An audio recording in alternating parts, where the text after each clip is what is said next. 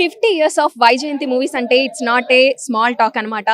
Golden years ని complete చేసుకుంది. So దానికి సంబంధించి ఓనర్ చలసాని అశ్విని దత్ గారు మనతోనే ఉన్నారు, మాట్లాడదాం. First of all congratulations for celebrating 50 years అండి. థ్యాంక్ యూ అమ్మా, థ్యాంక్ యూ వెరీ మచ్.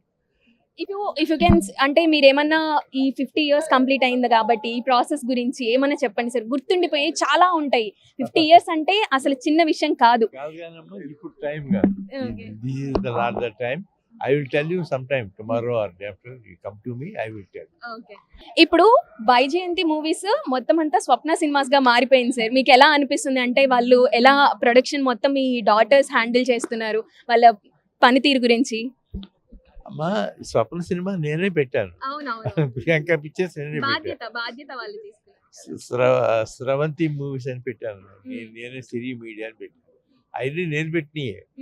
మా పిల్లలు బాధ్యత వాళ్ళకి అప్పచెప్పాను. వాళ్ళు సో సక్సెస్ఫుల్ గా నిర్వర్తించారు.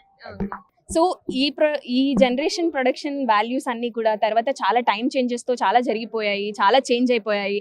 మీకు ఎలా అనిపిస్తుంది? అండ్ ఏం మేజర్ చేంజ్ ఏం చూసారు సార్? మేజర్ చేంజెస్ అంటే వాళ్ళు చేసిన అన్ని చేంజెస్ అన్ని బ్రహ్మాండంగా ఉన్నాయి. అందుకనే వాళ్ళ సినిమాలన్నీ బాగా ఆడుతున్నాయి.